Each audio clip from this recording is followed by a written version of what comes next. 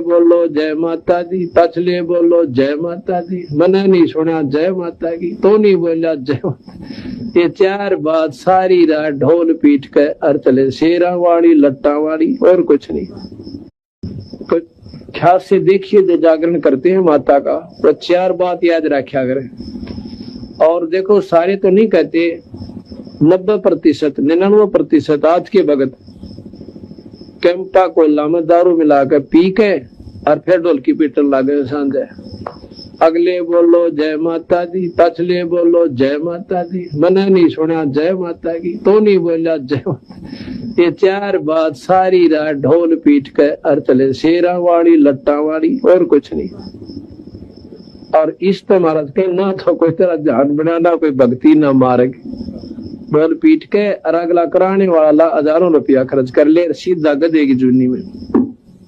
और उनके देख कर चोचले, उनके मीठे मीठे शब्द पड़ोसन और कह गया है आप भी करवा लें या उदाहरण तो भी करवा ले, 20,000 रुपये लगेंगे। पीछा ही देखी जा क्यों सेठ करा सके बड़े आदमी, उन जागरण माता का काम में कोई नहीं होता, वो तो लापसी बढ़वा देंगे माता ने। वैसे कढ़ाई कर दी जय माता की बस, और बाहर गेर के बासी दलिया गली में खड़े हो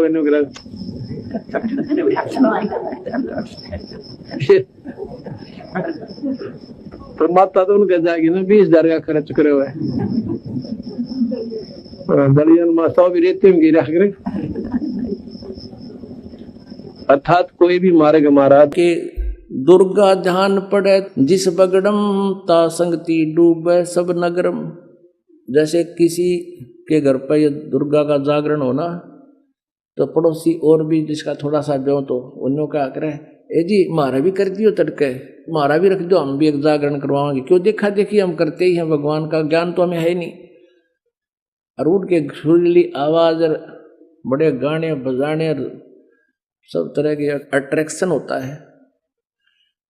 अब वहां क्या था, एक बार इस दास को भी अवसर मिला एक जागरण की थोड़ी सी झलक देखने का। जब नाम ले लिया था ज्ञान हो गया था। एक भक्त हमारा तो थोड़े से भगते उसके घर पे गया हुआ था शाम को। फिर वो थोड़ी देर पाछा उनके वो ढोलक से बाजन लग गए। मैंने पूछा ये क्या हो रहा है, कि दुर्गा का जागरण होगा यहाँ पर। हम दोनों चल पड़े, पैदल आ रहे थे तो देखा उसके साथ में टेंट ला रखे घर के आंगन में, और वहां दुर्गा का वो जागरण शुरू हो रहा।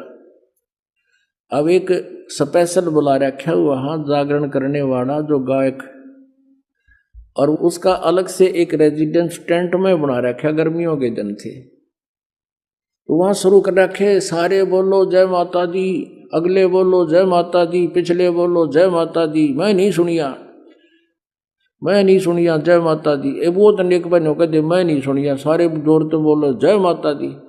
अब वो न्यू करता करता सारे बोलो जय माता, वो टेंट में खिसक गया। और वो मेरा साथी ने बोला आज दिखाऊंगा आपको इस, वो टेंट हटा लिया हमने बाहर से, थोड़े से नु देखने लगे।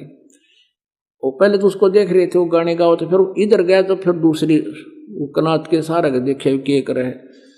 उसने वहाँ पौवा निकाला एक आधा बोतल उसका शराब का, दराज मत है, और वह कैंपा खोली, गिलास में दोनों डाले और गट दही करके ने बोला पी के, मैं नहीं सुनिया, इतने कड़े सुनेगा लाली गुटी,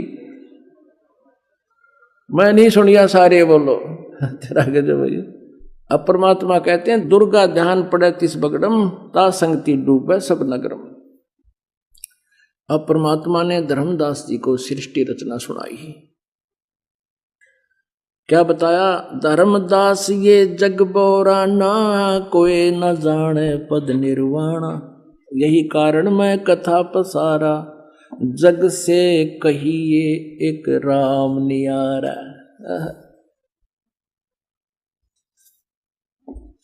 परमात्मा कहते हैं धर्मदास इस मोक्ष मार्ग से कोई भी परिचित नहीं है, इसलिए तेरे को मैंने ये सृष्टि रचना सुनाई है, सुन जानते हैं। धर्मदास ये जग बोराना, कोई न जाने पद निर्वाणा, यही कारण मैं कथा पसारा, जग से कहिए ओ राम नियारा। इन सब से अलग एक राम है, एक राम, एकम। यही ज्ञान जग जीव सुनावो, सब जीवों का भरम नसावो। भरम गए जग वेद पुराणा, आदि राम का भेद न जाना। कहते सभी वेद पुराण मुड़ जाए कि हम सतलोक में रहते थे, वहां कोई कष्ट नहीं था। जब इंसान को कोई कष्ट नहीं होता फिर इसको बकवाद भाती है, ये आत्मा अब ऐसी गिर गई। और जिसको कोई कष्ट है, जैसे शरीर में है या परिवार में है या कोई धन संपत्ति का अभाव है, तो इसका किसी चीज में रुचि नहीं रहती, दुखी रहता है, ना बकवादवादी। लेकिन परमात्मा सुख सागर है, इसकी शरण में आने के बाद फिर दुख नहीं रहता। और थोड़ा बहुत कष्ट ये स्वयं रखता है कि इसकी अकल ठिकाने लगी रहे। और जब ज्यादा दुखी से होते दिखे फिर एकदम ऐसा कर देता है, सोचते रह जाते हैं, हे परमात्मा आज सड़न ना होती तो ये तो बहुत नुकसान हो जाएगा, बहुत दुख हो रहा था, बड़ा कष्ट होगा, पता नहीं क्या क्या हो जाता। तो इससे एक तो परमात्मा दुख में याद रहा, फिर अचानक ऐसा प्रबल सुख कर दिया गजब का, उस चमत्कार के कारण दाता याद रहा कई दिन तक। तो ये परमात्मा कहते सोचल छिद्र में करूं अपने जन के काज, सोचल छिद्र करूं सो होए। क्यों? हम अपने हैं इसके, ये हमारा पिता है। एक उदाहरण दिया जाता है, जैसे अब्राहिम सुल्तान अदम था, वो इसका अपना हो गया था। उसने संबंध वाले शरीर में अपने बेटे को भी काटने कहीं पीछे नहीं हटा, सिर काट दिया मालिक के नाम। अब उसको अपना मान लिया इसने। जैसे अब आरती पढ़ते हैं, दीनन के जी दयाल भक्ति बढ़ दीजियो, खाने का गुलाम अपना कर लीजिए। अपना मान लो दाता मैंने, अपना ही जो मानेगा ऐसा नुकता होगा। जैसे अगर आपको जैसे संबंध ने किया, नेकी और सेव ने किया, नुक्ते ऊपर ही जगह रे कोटि कर बोल जाए तुम्हारे। नुकता यही नहीं है कि सिर काटने का होता है, नहीं। नुकता ये भी होता है, जैसे एक बोलते ने बताया था कि मैंने नाम लिए 2-4 महीने हुए थे, घरवाली को पता लग चुका था, रोज थोड़ी बहुत खवास होनी हो ही जाती थी। एक दिन मैं सत्संग में आने लग रहा था, रास्ते में फोन आया, 10-11 की बात है, कि इकलौता बेटा बीमार हो गया बहुत सख्त, कहा हो जल्दी आओ। मैंने कहा वैसे तुम्हारे पास है हॉस्पिटल बिल्कुल साथ है, वहां दिखा लो, डॉक्टर ने इलाज करना, पैसे शुरू है, मैं जा रहा हूँ सत्संग।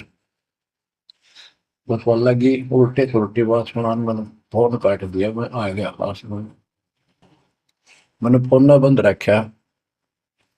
अगले दिन फोन खोला, उसी टाइम फोन आया कि लड़का ठीक हो गया, तो चमत्कार हो गया, डॉक्टर भी हैरान है, ये हो कैसे बेहतर हो। तो राहत की सांस ली। फिर मैं जब वहां गया तो फिर मैं पूछा कि तुम्हारे गुरु जी कैसे हैं, क्या सफेद कपड़े पहनते हैं, लंबे से हैं, सिर पे सफेद बाल हैं।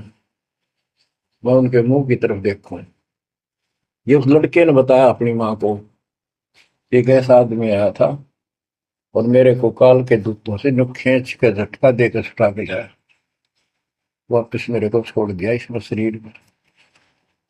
तो मेरी आंखों से पानी पड़ा, और वो भी नहीं बोली हम भी चल रहे वहां जाए, सारे परिवार ने दीक्षा बोल। उसके बाद इन्होंने उस लड़के का 4 साल हो गए बुखार नहीं चढ़ा। बच्चों, इसको कहते हैं नुक्ते ऊपर ही जगह रे कोटि करो जब जा तुम्हारे, कहे कबीर सुनो भी साधो मैं तो हूँ विश्वास में। तो बच्चों, अपने इस मालिक को विश्वास करो। आप गंदे लोग में आगे हो, इतना समर्पण करना पड़ेगा, इतना विश्वास मालिक को करना पड़ेगा। आपने सृष्टि में सुना था ना कृष्ण में कि कबीर साहब ने धर्मदास जी को बताया, धर्मदास ये जग बोराना, कोई न जाने पद निर्वाणा, यही कारण मैं कथा पसारा, जग से कहिए राम नियारा।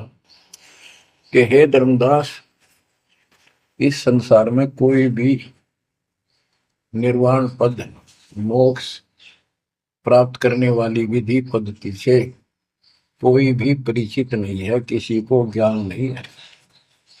अब धर्मदास पहले तो मानना नहीं करता, लेकिन आंखों देख आए भगवान को, फिर सारी हाँ भरे था। क्या बताते हैं, इसलिए मैंने ये सारा आपको ज्ञान सुनाना पड़ा, सारी कथा सुनानी पड़ी कि कोई भी परमात्मा के मोक्ष मार्ग से और भगवान से परिचित नहीं है, ना किसी के पास मूल ज्ञान है। यही ज्ञान जग जीव सुनावो, सब जीवों का भरम नसाओ, भरम गए जग वेद पुराण, आदि राम का वेद न जाना। के भरम गए जग वेद पुराणा, आदि राम सतपुरुष परम अक्षर ब्रह्म का ज्ञान नहीं हुआ, क्योंकि वेदों में अधूरा ज्ञान है, वैध ज्ञान है। पुराणों में ऋषियों की का अपना अनुभव है, जो उनका अपने सत्र का वो वेद से नहीं मिलता, वो व्यर्थ है। अब क्या बताते हैं, राम राम सब जगत बखाने, आदि राम कोई बिरला जाने। सब राम राम के अल्लाह खुदा, लेकिन जो आदि राम है, सदा का भगवान है, सबसे पहले वाला, उसको कोई नहीं जानता। जो मैं कथा तुझे बताने जा रहा हूं, इसको बुद्धिमान तो तुरंत मान लेंगे, ज्ञानी सुने सो हृदय लगाई, मूर्ख सुने तो गम न पाई। मूर्ख सुनेगा, उसको इसका कोई हिसाब नहीं आएगा। अब मैं तुमसे कहूं चिताई, तेरे देवन की उत्पत्ति वाई, कुछ संक्षेप कहूं गोराई, सब संशय तुम्हारे मिट जाई। माँ अष्टंगी पिता निरंजन, ये जमदारुण वंशन अंजन। परमेश्वर कबीर जी ने 600 साल पहले ये गीता वेद पुराण का ज्ञान अपनी सिंपल लैंग्वेज में, सूक्ष्म वेद में धर्मदास जी को बताया, और उसने लिपिबद्ध किया। बच्चों, आज अपने सामने है।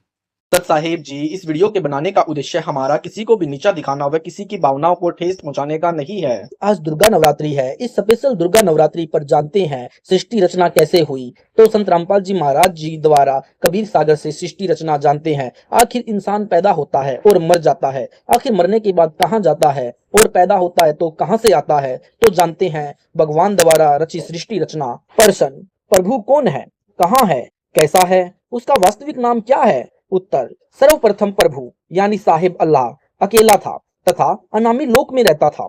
सर्व आत्माएं भी प्रभु में समाई हुई थी, यानी जैसे मिट्टी का बहुत बड़ा ढेर हो, फिर उससे भिन्न भिन्न छोटे बड़े टुकड़े हो जाते हैं। पहले प्रभु अपनी सबद शक्ति से स्वयं मानव रूप में, यानी जिसके एक रूप की शोभा असंख्य सूर्य तथा चंद्रमा की मिली जुली रोशनी जैसी है, तेज पुंज का अति तेजोमय शरीर बनाकर प्रकट हुआ तथा अनामी लोक में अनामी नाम से रहने लगा।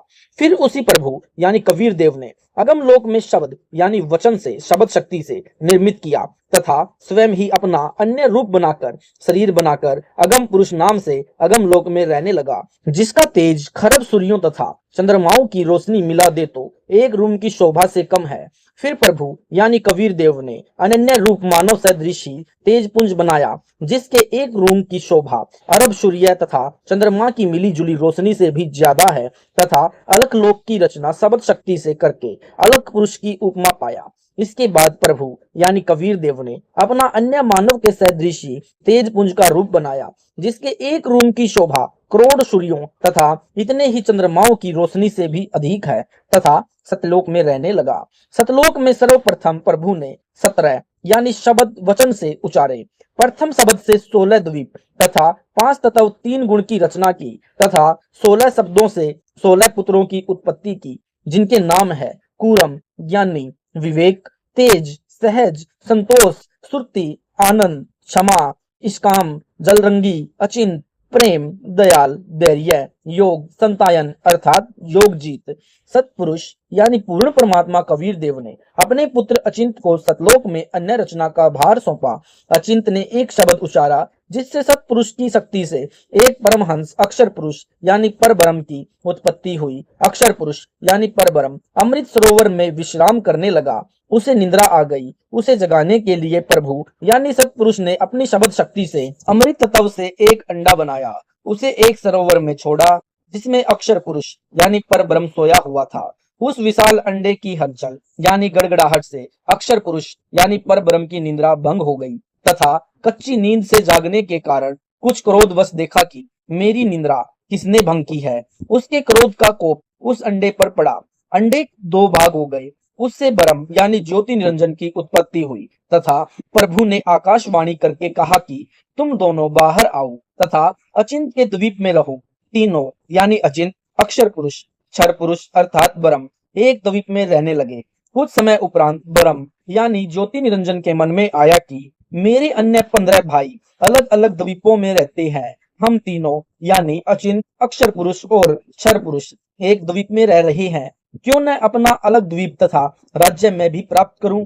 यह विचार कर 70 युग तक एक पैर पर खड़ा होकर तपस्या की।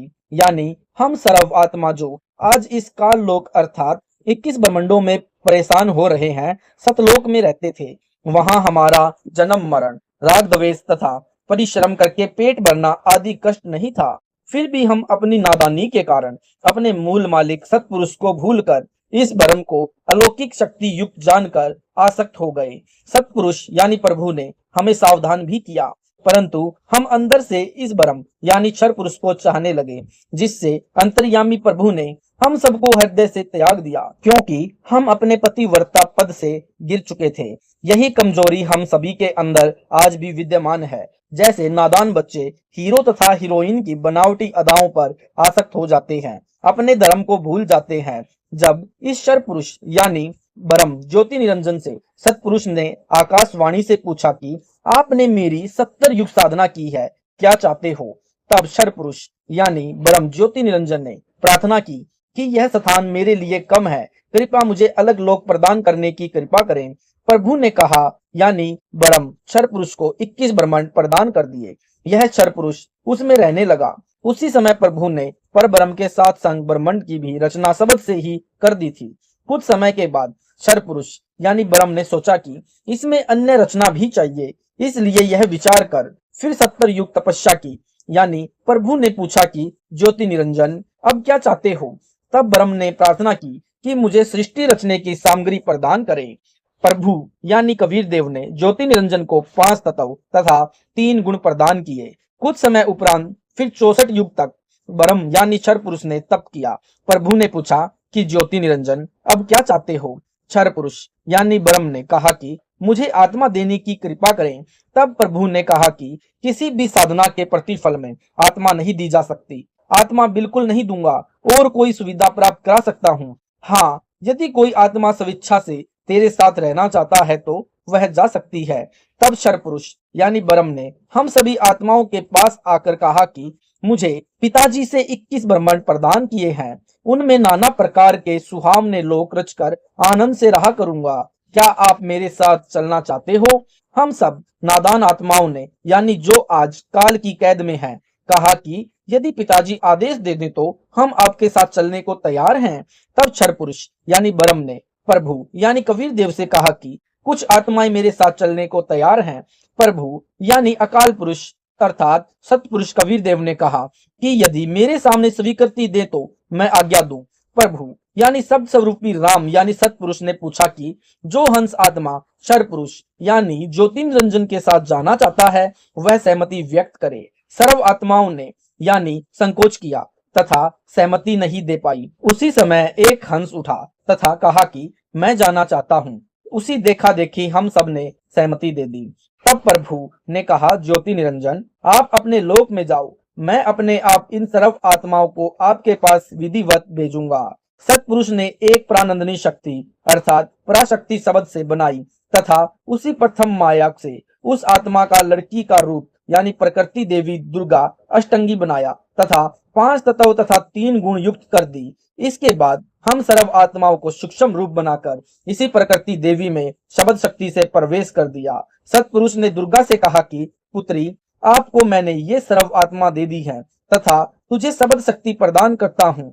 जितने प्राणी ब्रह्म कहे शब्द से बना देना। फिर अपने पुत्र सहजदास से कहा कि जाओ सहजदास, इस कन्या को ज्योति निरंजन के पास छोड़ आओ तथा उसे बताओ कि इस प्रकृति देवी के पास साहिब की दी हुई शब्द शक्ति है। जितने जीव कहेगा यह वचन से बना देगी। उस कन्या यानी अष्टंगी दुर्गा देवी को साथ लेकर सहजदास ज्योति निरंजन के पास आया।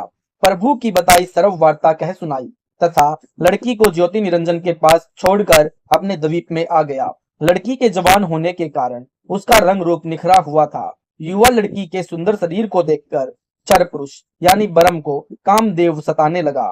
सर्व सुख बुद्ध भूलकर दुर्गा के साथ अभद्र व्यवहार करने लगा। उस क्षर पुरुष की बुरी नियत को जानकर दुर्गा यानी प्रकृति ने अपने इज्जत बचाने की सोची। ज्योति निरंजन से बहुत प्रार्थना की कि ज्योति निरंजन, मेरे पास शब्द शक्ति से जितने जीव तू कहेगा मैं बना दूंगी। इस गंदी क्रिया से सृष्टि अच्छी नहीं रहेगी। दूसरे, मैं तथा तू एक पिता यानी कबीर देव की संतान है। मैं आपकी बहन तथा आप मेरे बड़े भाई हुए। यह मर्यादा विरुद्ध प्रक्रिया पाप का कारण है। परंतु ज्योति निरंजन ने एक नहीं सुनी तथा सीमा से आगे बढ़कर लड़की को दबोचना चाहा। उसी समय प्रकृति ने अपने सूक्ष्म रूप बनाया तथा अपने को और कहीं सुरक्षित न जानकर ज्योति निरंजन के पेट में प्रवेश कर गई। फिर अपने जगत पिता प्रभु यानी कबीर देव से पुकार की तथा ज्योति निरंजन की बदमाशी बताई। तब सतपुरुष ने स्वयं अपने पुत्र योगजीत यानी जोगजीत का रूप बनाकर गए तथा उस कन्या को क्षर पुरुष यानी ब्रह्म के पेट से निकाला तथा कहा कि पिताजी ने तेरी इस दुष्टता का प्रतिफल बताया है कि आज से तेरा नाम काल होगा। 1 लाख मानव शरीरधारी जीव भक्षण किया करेगा तथा 1.25 लाख उत्पन्न किया करेगा। तुझे सतलोक से 16 शंख कोश यानी एक कोश 3.5 किलोमीटर की होती है की दूरी पर चला जा। उसी समय काल भगवान के 21 ब्रह्मांड प्रभु शक्ति से सतलोक से 16 शंख कोश की दूरी पर आकर स्थित हो गए। अब काल तथा दुर्गा दोनों अकेले थे। काल ने फिर अपनी बुरी वासनावश लड़की से कहा, अब मेरा कोई कुछ नहीं बिगाड़ सकता, मनमानी करूंगा। तब प्रकृति ने कहा, ज्योति निरंजन, पहले तो हम एक पिता की संतान हैं, इसलिए बहन भाई का नाता हुआ। दूसरे, मैं तेरे पेट से होकर आई हूँ, तेरी पुत्री हुई। यह अनर्थ अच्छा नहीं। परंतु काल ने कन्या की एक नहीं सुनी तथा जबरदस्ती अपने नाखूनों से भग यानी स्त्री की योनि लगा दी तथा शादी करके ब्रह्मलोक में रहने लगा। वहां पर ऐसे स्थान बनाए कि जिस स्थान पर जाए वहां वैसा ही स्वभाव बन जाए। इस प्रकार रजगुण प्रभावित क्षेत्र में रहकर अपनी पत्नी दुर्गा यानी प्रकृति के संयोग से एक पुत्र की उत्पत्ति की तथा उसका नाम ब्रह्मा रखा, जो रजोगुण कहलाया। ब्रह्मालोक में ही दूसरा ऐसा स्थान बनाया जहां जाते ही सतोगुण प्रभावित हो जाता है। वहां पर अपनी पत्नी दुर्गा के संयोग से पुत्र उत्पन्न किया, उसका नाम विष्णु रखा, जो सतगुण कहलाया। तीसरा स्थान कैलाश पर्वत यानी ब्रह्मलोक में ही ऐसा बनाया जहां पर जाने को तमोगुण प्रभावित हो जाता है, यानी जिसे काशी भी कहते हैं। वहां पर अपनी पत्नी अष्टंगी यानी दुर्गा को साथ लेकर रहने लगा तथा एक पुत्र उत्पन्न हुआ, जिसका नाम शंकर यानी रुद्र रखा, जो तमगुण बल कहलाया। जब ये बच्चे सियाने होने लगे तब ब्रह्म यानी काल ज्योति निरंजन ने अपनी पत्नी दुर्गा से कहा कि मैं ऐसे स्थान पर रहूंगा जहां पर कोई नहीं जा सकता, यानी वह स्थान 21वें ब्रह्मांड अर्थात 5वें महाब्रह्मांड में है तथा आज के बाद मैं यानी क्षर पुरुष ब्रह्म किसी को भी दर्शन नहीं दूंगा, चाहे किसी प्रकार की साधना यानी भक्ति तथा जप तप कोई भी करे। मैं यानी काल कभी आकार में नहीं आऊंगा। मेरी प्राप्ति न तो वेदों में वर्णित हो किसी क्रिया से, न किसी तप से, न किसी जप से, न दान से, न ध्यान से, न किसी यज्ञ से हो सकेगी। यानी प्रमाण के लिए गीता अध्याय नंबर 11 के श्लोक नंबर 47-48 तथा 53-54 में स्पष्ट है। इसलिए मुझे यानी काल ब्रह्म यानी ज्योति निरंजन को निराकार मान लिया जाएगा, क्योंकि मैं किसी को दर्शन नहीं दूंगा। मेरे चतुर्भुज रूप के दर्शन यानी महाविष्णु रूप में भी अनन्य अर्थात केवल एक ब्रह्म की उपासना यानी अन्य ब्रह्मा विष्णु शिव तथा दूसरे देवी देवताओं की न करें, उसी को मेरी कृपा से ही हो सकती है। वेदों में वर्णित विधि से तो वे भी नहीं हो सकते। यानी प्रमाण गीता अध्याय नंबर 11 के श्लोक नंबर 46 में अर्जुन कह रहा है कि हे सहस्त्र बाहु, मैं आपको उसी चतुर्भुज रूप में धारण किए हुए तथा गदा पद्म सुदर्शन लिए हुए देखना चाहता हूँ। कृपया चतुर्भुज रूप में प्रकट होइए। इसके बाद भगवान काल ने पहले चतुर्भुज रूप दिखाया, फिर मनुष्य रूप यानी कृष्ण रूप दिखाया तथा कहा कि जो मेरा चतुर रूप तूने देखा है, इसके दर्शन भी बहुत दुर्लभ है। इस चतुर्भुज रूप यानी ब्रह्मलोक में के दर्शन के लिए ऋषि तथा देवता भी इच्छा करते हैं, परंतु उन्हें मेरे चतुर्भुज रूप के दर्शन भी नहीं होते। वे केवल त्रिलोकीय ब्रह्मा विष्णु शंकर के ही दर्शन कर पाते हैं। वे भी चतुर्भुज भगवान है। मेरे चतुर्भुज रूप के दर्शन भी अनन्य भक्ति यानी अर्थात अनन्य भक्ति का तात्पर्य है कि एक ब्रह्म उपासना ओम मंत्र से करे, किसी देवी देवता न तीनों गुणों रजगुण ब्रह्मा सतगुण विष्णु तमगुण शंकर आदि की साधना न करे, न कोई उपवास करे, न श्राद्ध निकाले अर्थात पितृ पूजा न करे, भूत पूजा आदि न करके केवल ओम मंत्र का जाप मुझ ब्रह्म को इष्ट मानकर करे, तब मेरे ब्रह्म लोक में जा सकता है तथा वहां महाविष्णु रूप में दर्शन भी उसी काल की इच्छा से तथा दूसरे से कर सकता है, जैसे ब्रह्मा विष्णु शिव को विमान में बैठाकर दूर से दर्शन करवाए थे। ऐसे कुछ क्षण के लिए कर सकता है, परंतु मेरा वास्तविक काल यानी विकराल रूप किसी भी साधना से कोई नहीं देख सकता। यह तो मैंने तेरे ऊपर कृपा करके दिखाया है। इससे सिद्ध है कि काल भगवान की प्राप्ति उपलब्ध शास्त्रों अर्थात वेदों के आधार पर अति असंभव है, इसलिए इसे निराकार मान रखा है। इन तीनों बच्चों को सृष्टि यानी शरीर रचना, पालन तथा संहार करना कार्य सौंपा। इन तीनों बच्चों यानी ब्रह्मा विष्णु शिव को बेहोश रखना, जब ये जवान हो जाएं, तब ब्रह्मा को कमल के फूल पर रखकर होश में लाना, फिर विष्णु को होश में लाना तथा फिर शंकर को होश में लाना। इन्हें मेरा भेद मत देना, फिर इनको सागर मंथन पर भेजना, वहां पर मैं यानी काल ब्रह्म सर्व व्यवस्था करके रखूंगा। यह कहकर यानी ज्योति निरंजन अर्थात ब्रह्म अंतर्ध्यान हो गया। उसके बाद वह आकार में नहीं आया अर्थात व्यक्ति रूप में ज्योति निरंजन सामने नहीं आता है। यह इसका अविनाशी अर्थात अटल घटिया नियम है। प्रमाण के लिए गीता अध्याय नंबर 7 का श्लोक नंबर 24-25, जिसमें कहा है कि मूर्ख लोग मेरे अविनाशी यानी अटल अनुत्तम यानी घटिया भाव यानी नियम को नहीं जानते। मुझ निराकार को आकार अर्थात श्री कृष्ण व श्री राम आदि अवतार रूप आया मानते हैं। श्लोक नंबर 25 में मैं कभी आकार में नहीं आता। इस मेरे अविनाशी यानी अटल नियम को यह माया से ढका हुआ मूर्ख संसार नहीं जानता। इससे सिद्ध है कि काल यानी ब्रह्म श्री कृष्ण के शरीर में प्रवेश करके बोल रहा था, नहीं तो श्री कृष्ण जी अर्जुन के सामने पहले ही विद्यमान थे।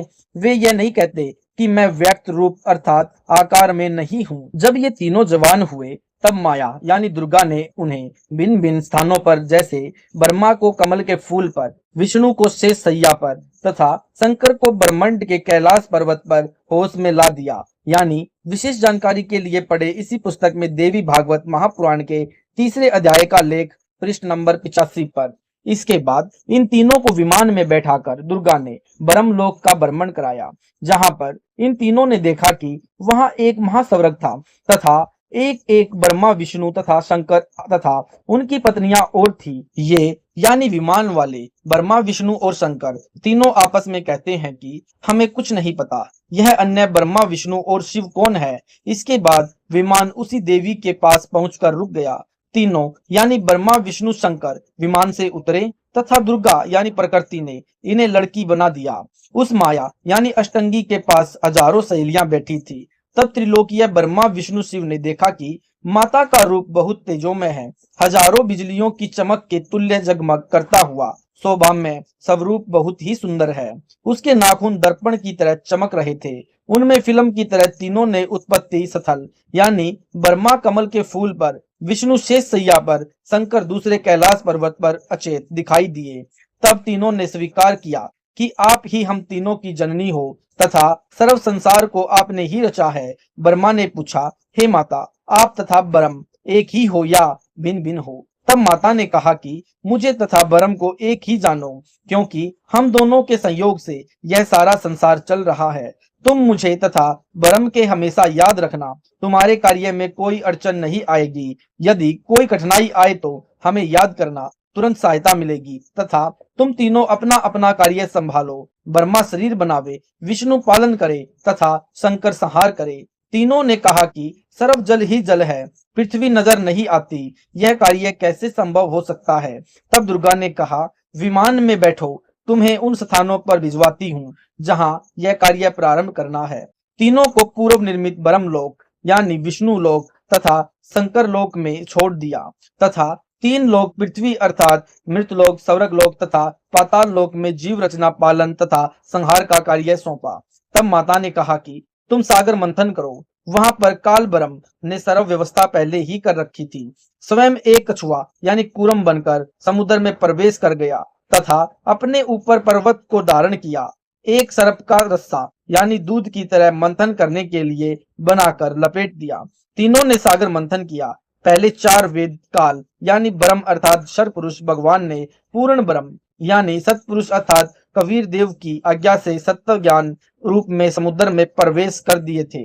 उस समय निकले। दूसरी बार सागर मंथन किया तो 3 कन्याएं मिली। माता ने तीनों को बांट दिया। ब्रह्मा ने सावित्री, विष्णु को लक्ष्मी, शंकर को पार्वती दी। तीनों ने विलास किया। सुर तथा असुर दोनों पैदा हुए। जब तीसरी बार सागर मंथन किया तो 14 रत्न ब्रह्मा को तथा अमृत विष्णु को व देवताओं को, मद यानी श्राप असुरों को तथा विष परमार्थ शिव ने अपने कंठ में ठहराया। वेदों को ब्रह्मा ने पढ़ा। उनमें लिखा है कि सृष्टि का रचनहार पूर्ण ब्रह्म कोई और है, उसका नाम कबीर परमेश्वर है, वही सर्व का पिता है। इससे पहले तीनों बच्चे यानी ब्रह्मा, विष्णु तथा शंकर पूछा करते थे कि हमारा पिता कौन है? तो माता दुर्गा काल के डर से उन्हें कह देती थी कि तुम्हारा कोई पिता नहीं, तुम्हारा मैं ही माता हूँ, मैं ही पिता हूँ। ब्रह्म ने वेद पढ़कर विष्णु तथा शिव शंकर को बताया कि सर्व का पिता अर्थात जगत पिता कोई और पुरुष है, उसका नाम कबीर देव है। फिर माता से पूछा, माँ, वेदों में लिखा है कि सर्व रचनहार तथा सर्व का पालन करता अर्थात जगत पिता कोई और सतपुरुष यानी परमेश्वर है, जिसका कबीर नाम है। तब माता यानी दुर्गा अर्थात प्रकृति ने काल के भय से उन्हें फिर गुमराह कर दिया कि तुम्हारा पिता ब्रह्म यानी ज्योति निरंजन अर्थात काल है, वह किसी को दर्शन नहीं देता, उसका यह अटल घटिया नियम है। ब्रह्म ने कहा, माँ, आपकी बातों पर अब अविश्वास हो गया। मैंने वेद पढ़े हैं, उनमें लिखा है कि ओम नाम के जाप से तथा ध्यान से तथा अनन्य भक्ति से प्रभु भक्ति दर्शन संभव है। माता ने कहा, यह कहने मात्र की बात है, उसके वास्तविक काल रूप के दर्शन किसी वेद विधि या जप तप तथा यज्ञ ध्यान या अन्य विधि से नहीं किए जा सकते। ब्रह्मा ने कहा, मैं दर्शन करके आऊंगा, यदि दर्शन नहीं हुए तो नहीं आऊंगा। अब कैसे बात बने? तब माया ने ब्रह्मा से कहा कि अलख निरंजन तुम्हारा पिता है, परंतु वह तुम्हें दर्शन नहीं देगा। यह सुनकर ब्रह्मा जी कहता है कि पिता यानी प्रभु ज्योति निरंजन के दर्शन करूंगा, यदि दर्शन नहीं हुए तो मैं नहीं आऊंगा। यह कहकर व्याकुल होकर उत्तर दिशा की तरफ चल दिया, जहां अंधेरा ही अंधेरा है। वहां ब्रह्मा ने 4 युग तक ध्यान लगाया, परंतु कुछ भी हासिल नहीं हुआ। उधर भवानी को चिंता हुई कि सृष्टि कैसे रची जाएगी, ब्रह्मा के बिना सब कार्य असंभव है। तब उसने अपनी शब्द शक्ति से गायत्री नाम की लड़की बनाई तथा उसे ब्रह्मा को वापस लाने को कहा। गायत्री ब्रह्मा के पास गई, परंतु ब्रह्मा समाधि में लगाए हुए था, उसे कोई आभास ही नहीं हो रहा था कि कोई आया है। तब आदि कुमारी ने गायत्री को ध्यान द्वारा बताया कि इसके चरण स्पर्श कर। तब गायत्री ने ऐसा ही किया। ब्रह्मा का ध्यान भंग हुआ तो क्रोधवश बोला कि कौन पापिन है जिसने मेरा ध्यान भंग किया है, मैं तुझे शाप दूंगा। गायत्री कहने लगी कि मेरा दोष नहीं है, पहले मेरी बात सुनो तब श्राप देना।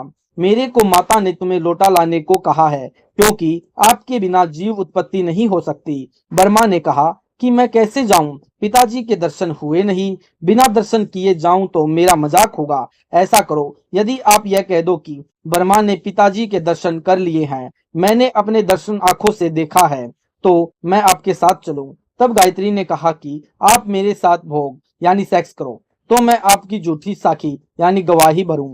तब वर्मा ने सोचा कि पिता के दर्शन हुए नहीं, वैसे जाऊं तो माता के सामने शर्म लगेगी, और चारा दिखाई न दिया। फिर गायत्री से भोग यानी संभोग किया। तब गायत्री ने कहा कि क्यों न एक गवाह और तैयार किया जाए। वर्मा ने कहा बहुत ही अच्छा है।